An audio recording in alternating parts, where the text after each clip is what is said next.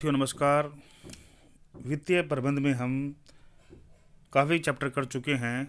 आज का जो हमारा नया चैप्टर होगा वो है कोष प्रवाह विश्लेषण या फंड फ्लो एनालिसिस, यानी कि फंड फ्लो या कोष प्रवाह विश्लेषण बड़ा नया एक चैप्टर है, जिसमें हम बात करते हैं कि हमने जो +2 में हमने फंड फ्लो या कैश फ्लो के बारे में एक सामान्य अध्ययन या सामान्य बातें पढ़ चुके हैं। पहले हम बात करेंगे कि जो बैलेंस शीट होती है या प्रॉफिट एंड लॉस अकाउंट होता है, वो किसी भी व्यवसाय के लिए दो आधारभूत वित्तीय विवरण होते हैं। ये विवरण जो होते हैं ये स्वामियों को, प्रबंधकों को, इन्वेस्टरों को के लिए व्यवसाय संबंधी महत्वपूर्ण सूचनाएं उपलब्ध कराते हैं। ठीक है। उसके बाद हम बात करते हैं जैसे जो लाभ हानि खाता होता है, एक निश्चित अवधि में हुए व्ययों पर आय के अधिक्य को लाभ अथवा आय पर व्ययों के अधिक्य मतलब हानि की ओर अपने ध्यान आकर्षित करता है।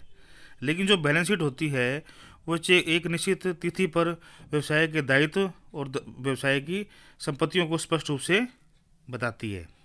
इन व्यवसायों की कार्यक्षमता एवं वित्तीय स्थिति के संबंध में सभी महत्वपूर्ण सूचनाएं प्राप्त हो जाती हैं, किंतु ये दोनों वित्तीय विवरण संस्था के प्रबंधन के निर्णय हेतु आवश्यक सूचनाएं प्रदान करने में सक्षम नहीं होते। दूसरी बात करें, यदि संस्था का उद्देश्य यह जानना है कि लेखांकन अवधि में कितने कोष उपलब्ध हुए और उन उद्देश्यों के लिए इन कोषों का उपयोग किया गया है, तो ये विवरण इस उद्देश्य की प्रत्यक्ष पूर्ति नहीं करते हैं, किंतु भावी नियोजन के लिए कोषों की उपलब्धता एवं उनके उपयोग के बारे में जानकारी प्राप्त करना अति आवश्यक हो जाता है। अतः चिट्ठा एवं लाभ हानि खाते के अतिरिक्त अन्य एक विवरण बनाने की आवश्यकता होती है, जो कोषों के विभिन्न स्रोत एवं उनकी विभिन्न उपयोग अथवा धन के आवागमन के साधनों की जानकारी दे सके। ऐसे जो विवरण तैयार किए जाते हैं उसे कोष प्रवाह विवरण कहते हैं। या फिर हम ये बात करें, सामान्य शब्दों में हम बात करें कि कोष प्रवाह विवरण क्या है। कोष प्रवाह विवरण कि आपका मतलब आपका पैसा किन मद से आया और किन मद में जो खर्च हुआ उसके बारे में पता लगाना, या कोषों का पता लगाना, जो कोष हमारे पास आए हैं, किन किन मदों से हमारे कोष आए हैं, उन सब का पता लगाना कोष प्रवाह विवरण में हम अध्ययन करते हैं। दूसरी बात करें कि कोषों के साधनों का और उपयोगों का विवरण जो बनाते हैं, जिसमें statement of sources and application of funds के बारे में बताया जाएगा। दूसरी बात की जाए कहाँ से आया कहाँ गया उसका विवरण, वेयर गोन स्टेटमेंट। उसके अलावा बात करें वित्तीय स्थिति में परिवर्तन का विवरण, statement of changes in financial position, और है कोष विवरण मतलब फंड स्टेटमेंट। ठीक है। या दूसरी बात करें फॉलो के हुए तो उन्होंने कहा था कि कोषों के साधनों और उपयोगों का विवरण दो तिथियों के बीच किसी व्यावसायिक संस्था की वित्तीय स्थिति में होने वाले परिवर्तनों को प्रदर्शित करने की एक तकनीकी विधि है।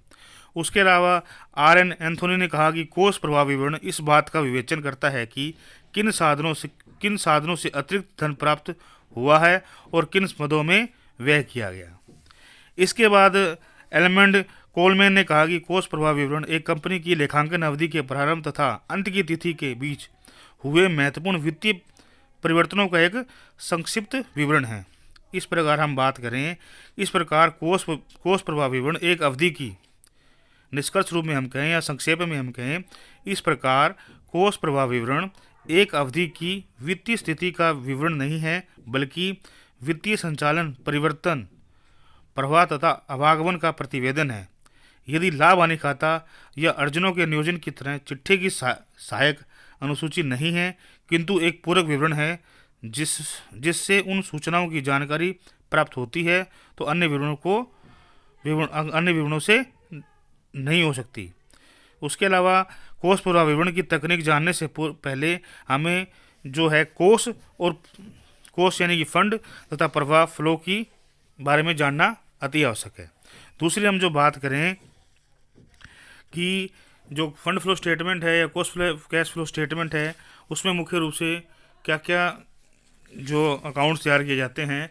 तो सबसे पहले मैं आपसे बात करूं कि हमने एक रेशो एनालिसिस चैप्टर किया था सबसे पहले, तो हमें ये मालूम होना चाहिए कि हमारी करंट असेट्स कौन सी हैं, हमारी करंट लायबिलिटीज़ कौन सी हैं, ठीक है, जब हमको ये मालूम होता है तभी हम आगे कर पाएंगे। तो सबसे पहले मैं आपको बात बताऊं कि कोर्स फंड फ्लो स्टेटमेंट बनाने से पहले हम दो चीज़ों के बारे में अध्ययन करते हैं। पहला है change in working capital statement, ठीक है। अब change in working capital statement और दूसरा है fund flow statement. Change in working capital statement है, उसको बनाने से पहले हमें ये मालूम होना चाहिए कि हमारी करंट असेट्स कौन सी हैं, हमारी करंट लायबिलिटीज़ कौन सी हैं। उसके अध्ययन के लिए हमने सबसे पहले एक चैप्टर किया था, वो किया था रेशो एनालिसिस, ठीक है। तो रेशो एनालिसिस हमने वो चैप्टर किया था, उसमें मैंने आपको ये बताया था कि सबसे पहले हमारी करंट असेट्स कौन सी हैं और हमारी करंट लायबिलिटीज़ कौन सी हैं। हम सबसे पहले बात करते हैं हमारी करंट लायबिलिटीज़ की और हमारी करंट असेट्स की। तो सबसे पहले मैं कहता हूँ मोटे मोटे रूप से हम बात करें कि हमारे जो चालू दायित्व हैं या हमारी जो करंट लायबिलिटीज़ हैं वो कौन कौन सी हो सकती हैं। पहले है क्रेडिटर, मतलब लेनदार, ये हमारी चालू दायित्व हो सकते हैं। दूसरा है देय विपत्र, बिल्स पेबल। उसके अलावा हम बात करें बैंक अधिविकर्स, बैंक ओवरड्राफ्ट, अल्पकालीन ऋण, शॉर्ट टर्म लोन्स, अत्यधिक व्यय, आउटस्टैंडिंग एक्सपेंसेस, देय आयकर, इनकम टैक्स पेबल, न मांगा गया लाभांश, अनक्लेम्ड डिविडेंड, कर आयोजन, provision for tax, proposed dividend, प्रस्तावित लाभांश। उसके अलावा जो हम बात करें कि ये जो हमारी जो करंट लायबिलिटीज़ हैं मोटे मोटे रूप से ये हो सकती हैं, ठीक है, मोटे मोटे रूप से हो सकती हैं, जिसमें दोबारा सुन लीजिए लेनदार क्रेडिटर्स, देय विपत्र, बिल्स पेबल, बैंक अधिविकर्स, बैंक ओवरड्राफ्ट, अल्पकालीन ऋण, शॉर्ट टर्म लोन, अत्यधिक व्यय, आउटस्टैंडिंग एक्सपेंसेस, देय आयकर, इनकम टैक्स पेबल, न मांगा गया लाभांश, अनक्लेम्ड डिविडेंड, कर आयोजन, प्रोविजन फॉर टैक्स, प्रस्तावित लाभांश, प्रपोज डिविडेंड। ये जो हैं चालू दायित्व हैं, करंट लायबिलिटीज़ हैं मोटे मोटे रूप से। दूसरी हम जो बात करते हैं हम करंट असेट्स की। जो हमारी करंट असेट्स कौन सी हैं, तो सबसे पहले हम जो बात करें कैश एंड बैंक बैलेंस, ठीक है, रोकड़ एवं बैंक शेष, देनदार डेटर्स, बिल्स रिसीवेबल, प्राप्त विपत्र, स्कंद या स्टॉक, अल्पकालीन विनियोजन या विपणन योग्य प्रतिभूतियाँ, शॉर्ट टर्म इन्वेस्टमेंट या मार्केटेबल सिक्योरिटीज़, पूर्वदत्त व्यय, प्री पेड एक्सपेंसेस। उसके अलावा आता है अग्रिम भुगतान, एडवांस पेमेंट।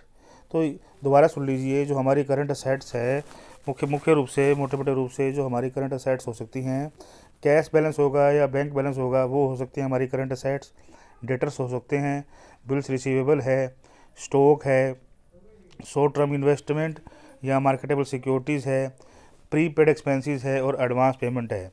तो ये मुख्य रूप से आपकी करंट लायबिलिटीज़ हो सकती हैं या और करंट असेट्स हो सकती हैं। जब तक हम हमारी करंट असेट्स और हमारी करंट लायबिलिटीज़ है इनके बारे में अध्ययन नहीं करेंगे तब तक आप change in working capital statement तैयार नहीं कर सकते। Change in working capital statement तैयार करने के लिए आपको आपकी चालू दायित्व, करंट